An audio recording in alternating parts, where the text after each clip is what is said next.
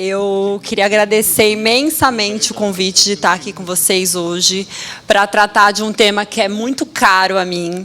E agradecer especialmente aqui nas pessoas do Luiz Cláudio e da Ana Luísa Nevares, a preocupação do Congresso com a questão de igualdade de gênero, com a questão da participação racial, para que a gente pense num direito falado por diferentes vozes. Quando a gente divide a percepção do que se vai falar, a gente não só consegue dar oportunidade para quem está aqui falando, a gente consegue trazer visões diferentes do que vai ser falado.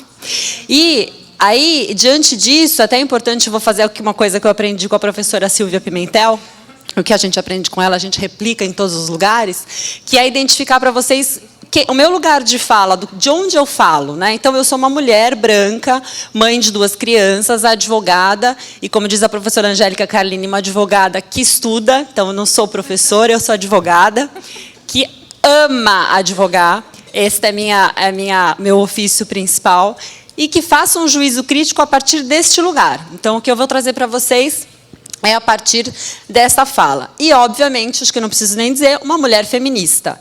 E que também agrega bastante valor, especialmente porque a minha fala vai parecer um pouco protetora dos pais. Veja bem, não é bem assim, né? A gente precisa falar das questões de paternidade e maternidade, de uma forma geral, pensando no gênero, por quê? Muito embora não tenha uma linha falando sobre isso na legislação que a gente tem, no sistema jurídico que a gente tem hoje, todas as decisões judiciais que envolvam guarda e convivência levam gênero em consideração. Todas. E aí a gente vai na história da tenridade. Afinal, o que é tenridade? Já dando um spoiler, além de 2 palavras que impedem imediatamente a fixação de uma convivência equilibrada, elas são 2 palavras que trazem ideia de crianças, pelo menos em primeira infância. E aqui eu peço 1 minuto para trazer a palavra da ciência para os senhores, para falar que a ciência nos diz que é na tenridade, neste início de vida das crianças, que elas aprendem coisas que farão parte da vida toda delas. Elas aprendem a se desenvolver a sua fala, a sua motricidade, a personalidade, o comportamento, e é uma janela importantíssima de vinculação. Eu esqueci de marcar o tempo. É uma janela importantíssima de vinculação com outros seres humanos, né? Então, falando em tenridade, a gente vai trazer aqui algumas percepções que precisam ser interpretadas dentro do sistema jurídico que a gente tem. O que a gente tem que protege a criança em primeira infância? O marco legal da primeira infância, eu trouxe só 2, a gente tem uma série de outras legislações esparsas, é óbvio, mas eu trouxe 2 para a gente conversar, especialmente com relação às questões das crianças nessa faixa etária. Aliando a proteção das crianças à proteção da parentalidade. Então, a gente tem todo o marco legal da primeira infância que diz é essencial o convívio familiar, é essencial o convívio familiar. Todas as políticas públicas devem pensar no convívio familiar. A gente tem o Estatuto da Criança e do Adolescente, que também fala do convívio em diversas oportunidades, que fala a mãe e o pai são igualmente responsáveis pelas crianças, a mãe e o pai são igualmente responsáveis pelos cuidados que devem ser compartilhados. E aí a gente tem um sistema jurídico também vigente que traz, na nossa Carta Maior, igualdade entre homens e mulheres. Bem especificada a palavra mulheres, e aqui eu faço uma referência às nossas 26 mulheres constituintes, que num ambiente de 512 parlamentares, então uma representatividade extremamente pequena, conseguiram firmar e bater pé para que a palavra mulheres estivesse inserida no texto constitucional. É importante que a gente lembre disso, porque homens são... e isso é algo que foi, durante séculos, implementado pela própria medicina, é o sexo real. Nós somos o outro, né? As mulheres são o outro. E aqui, fazendo um recorte racial, a mulher negra é o outro do outro. Então, a gente precisa pensar onde nós estamos e qual a importância da gente ter fixado na Constituição que homens e mulheres são iguais. A ausência completa de hierarquia entre mães e pais. Então, mães e pais mandam, têm direitos, têm deveres, no mesmo nível com relação à prole. E, como regra, um compartilhamento de responsabilidade com as crianças, um compartilhamento de guarda, como regra, como regra, como regra. Repitam isso como um mantra, sendo juízes, juízas, promotores, promotoras, advogados e advogadas. A regra, neste país, é a guarda compartilhada. E a realidade? Ah, meu pessoal. É só um pouquinho diferente de toda essa parte bonita que eu trouxe para vocês. A realidade diz que a estrutura do cuidado é socialmente feminina. E só feminina. Só nós, mulheres, somos, no senso comum, responsáveis pela criação, pelo cuidado e pela educação das crianças, pelo cuidado dos mais velhos. Nós assumimos esse lugar de cuidadoras primordiais, né? É a nossa natureza, né, gente? Será? De fato, que é a nossa natureza? A gente vai falar um pouquinho disso. Durante a vida comum, como é que é o cuidado? Como é que é a divisão de cuidado? As pesquisas dizem que as mulheres trabalham o dobro de tempo que os homens no ambiente doméstico. Elas trabalham 20 horas semanais e eles 10. O que acontece na vida comum é replicado no pós-ruptura. A gente tem, como eu falei 322 vezes, a regra da guarda compartilhada. E mesmo desde 12 anos depois da lei, a gente fala que... Eu também errei a conta? 14? Não. A gente fala aqui em 60% de guardas unilaterais maternas. A cada 10 crianças, 6 estão só sob guarda unilateral materna. E aqui, Elisa, eu penso também nessa questão da gente extirpar de vez o conceito, a denominação guarda. Eu só acho que a gente não está socialmente pronto para isso. É uma discussão para se começar, mas o senso comum diz que quem tem guarda é quem manda, quem tem guarda é quem cuida. E quando a gente fala que a regra é o compartilhamento e 60% das guardas são maternas, e a gente não tem o dado, gente, com relação à guarda compartilhada. Quanto das guardas compartilhadas são de fato compartilhadas? Quanto das guardas compartilhadas pressupõe a existência de uma residência materna? Nós não temos esse dado, eu arrisco dizer da minha experiência prática que 95% das guardas fixadas como compartilhadas têm as mães como principal cuidadora, porque é ela que tem a residência junto com as crianças. A gente tem esse bom e velho discurso de que mãe é mãe. E eu quero dizer para vocês, especialmente para vocês mulheres, a quem atende esse discurso?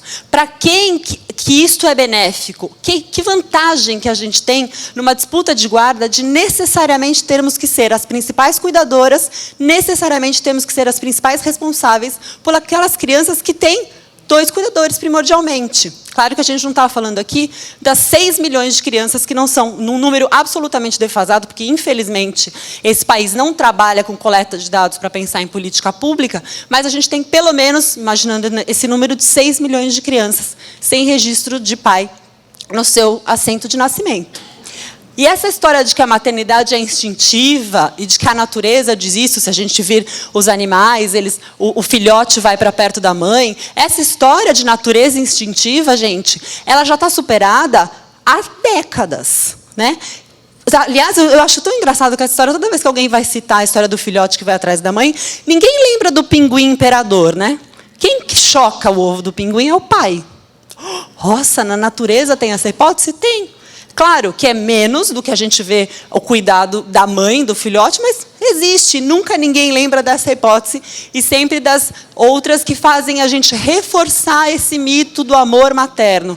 Que como a gente sabe cuidar muito mais, como a gente é muito melhor nessa circunstância, necessariamente a gente tem que assumir esse papel e só esse papel. É aqui que tem o problema.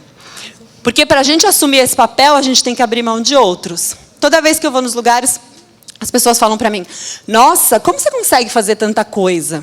Como você consegue fazer? Você está em todos os lugares, você consegue fazer tanta coisa, você advoga. Eu consigo fazer, tendo 2 filhos, né? Eu consigo fazer tanta coisa porque o meu marido, pai dessas crianças, faz a parte dele. Nada além disso. Um pouco mais do que a minha, mas não vou falar para vocês. Eu falo toda vez que eu vou falar de guarda, eu falo, gente, se eu tiver que disputar a guarda com ele, eu estou frita, eu perco certeza. Aí ele fala assim, mas você faz essa brincadeira, o que será que as pessoas pensam, né? Eu falei, as pessoas não têm dimensão do que é isso. Se eu conversar com 10 amigas, duas têm dimensão do que é, de fato, dividir responsabilidade parental com o companheiro. As pessoas não têm ideia do que é, assim, eu sei se cortaram a unha assim tanto quanto ele. Eu sei se tem leite na geladeira assim tanto quanto ele. Então, são circunstâncias que me trazem a possibilidade de trazer voz para vocês, de estar em outros lugares, de fazer outras coisas diferentes do que a maternidade. E esse reflexo, obviamente, quando a gente fala da fixação de convivência em tenra idade, reflete nos tribunais. É evidente que isso não poderia ser diferente. E eu ia trazer alguns exemplos, eu levantei alguns bem recentes, e, gente, eu trouxe um que justifica, que consegue fechar todo o raciocínio que se faz com relação a essa questão da fixação de convivência em tenra idade. Se hoje eu recebo um cliente no escritório que me diz, o meu filho tem 8 meses de idade, eu vou dizer para ele, espere.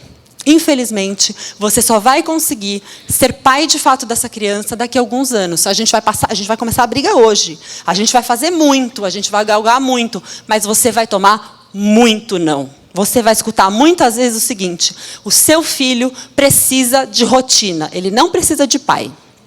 O seu filho, que foi amamentado, em média, 56 dias, porque esta é a média nacional de amamentação no país, não há um plano de política pública para que essa amamentação seja mais prolongada. Evidente que a gente sabe que é muito interessante que ela dure o máximo possível, e todas as políticas, todas as ideias que se tem com relação a isso, é para que a amamentação seja mantida, inclusive a possibilidade do convívio. A gente consegue fazer alternativas. A mãe que trabalha e que mantém a amamentação depois de voltar ao trabalho, também pode fazer as mesmas possibilidades com relação à convivência, de alguma forma.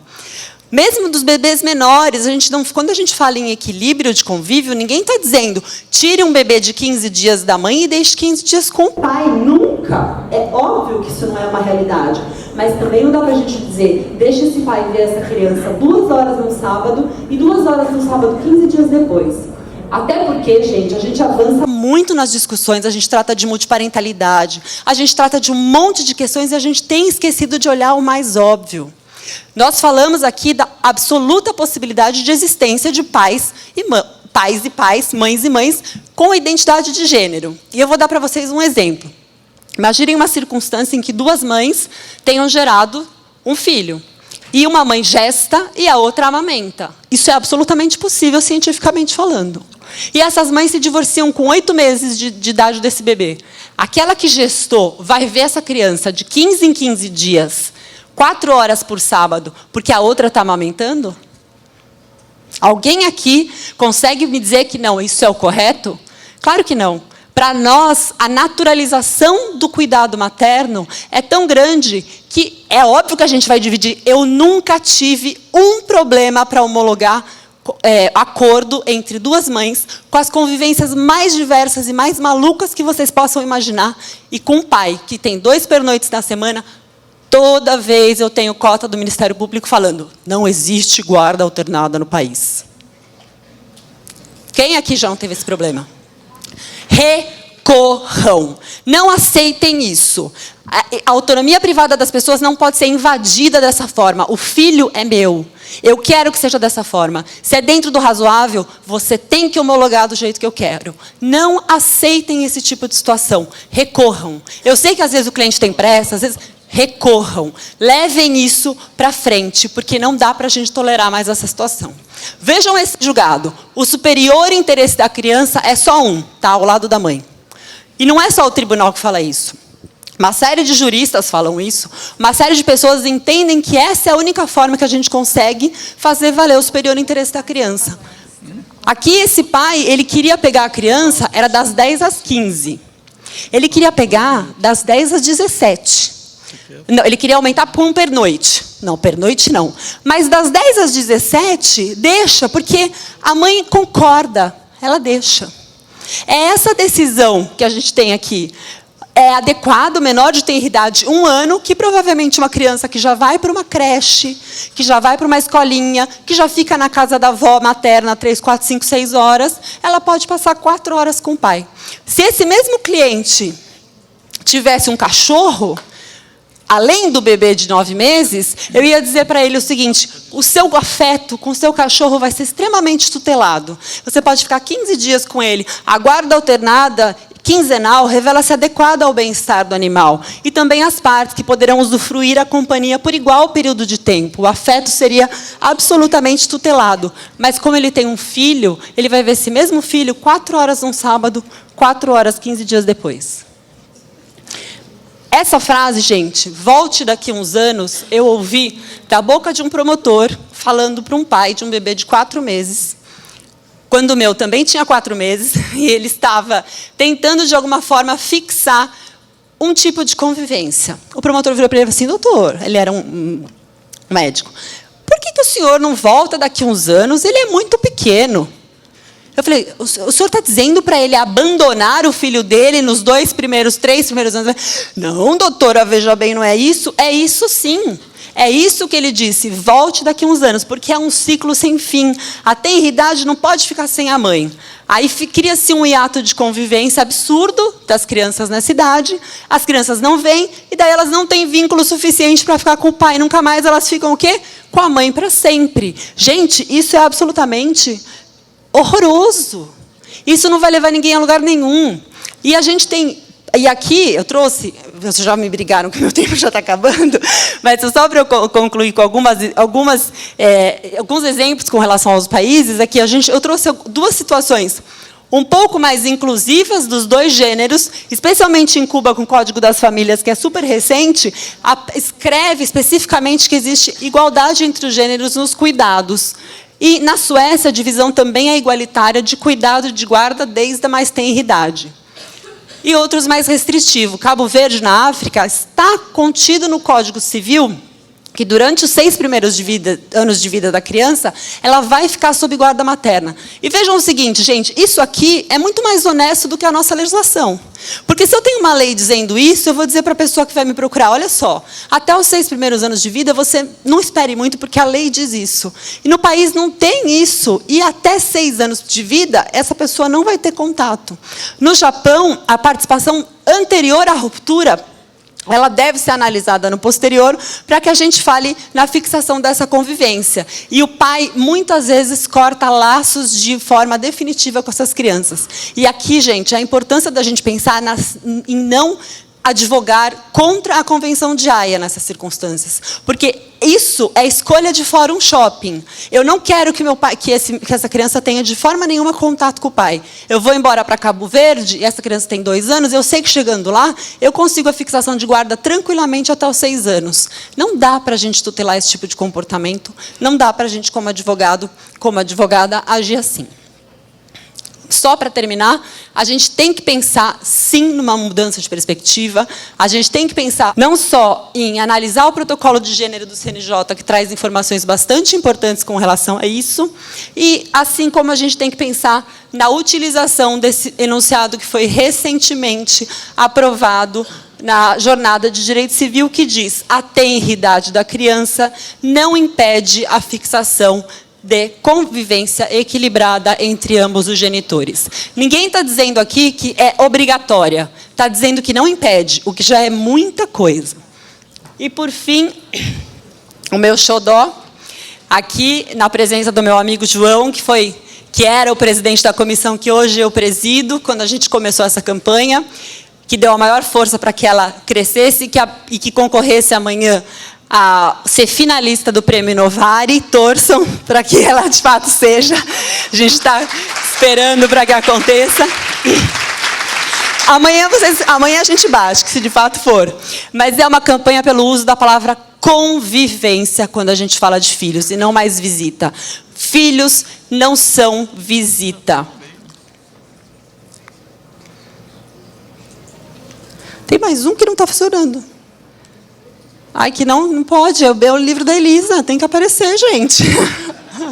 Ah lá, aqui só para encerrar mesmo, a indicação de 3 livros para vocês. O primeiro é Direito das Famílias por Juristas Brasileiras, que que sim, é uma ação afirmativa, é um livro escrito só por mulheres, é importante que isso aconteça, até que a gente não tenha mais necessidade de fazê-las. O segundo é da minha amiga querida Silvinha Chaquian, que é um livro que se chama A Construção dos Direitos das Mulheres, que é incrível, especialmente para que se analise a postura da igreja com relação à mulher, o que aconteceu com a mulher na Idade Média, a psicanálise, a medicina e a guarda parental sob a releitura a partir do cuidado, que é o livro da minha querida amiga Elisa, com quem eu tive o prazer de dividir o painel hoje. Gente, muito obrigada. Eu fiquei muito feliz de estar aqui com vocês.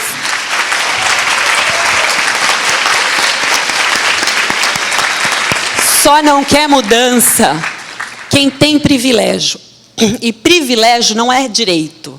Privilégio é algo que a gente usa com responsabilidade. Então, mudem. Vamos pensar a partir de uma nova perspectiva, uma perspectiva de cuidado independente de gênero. Cuida de filho quem tem filho, seja homem ou mulher. Obrigada, gente.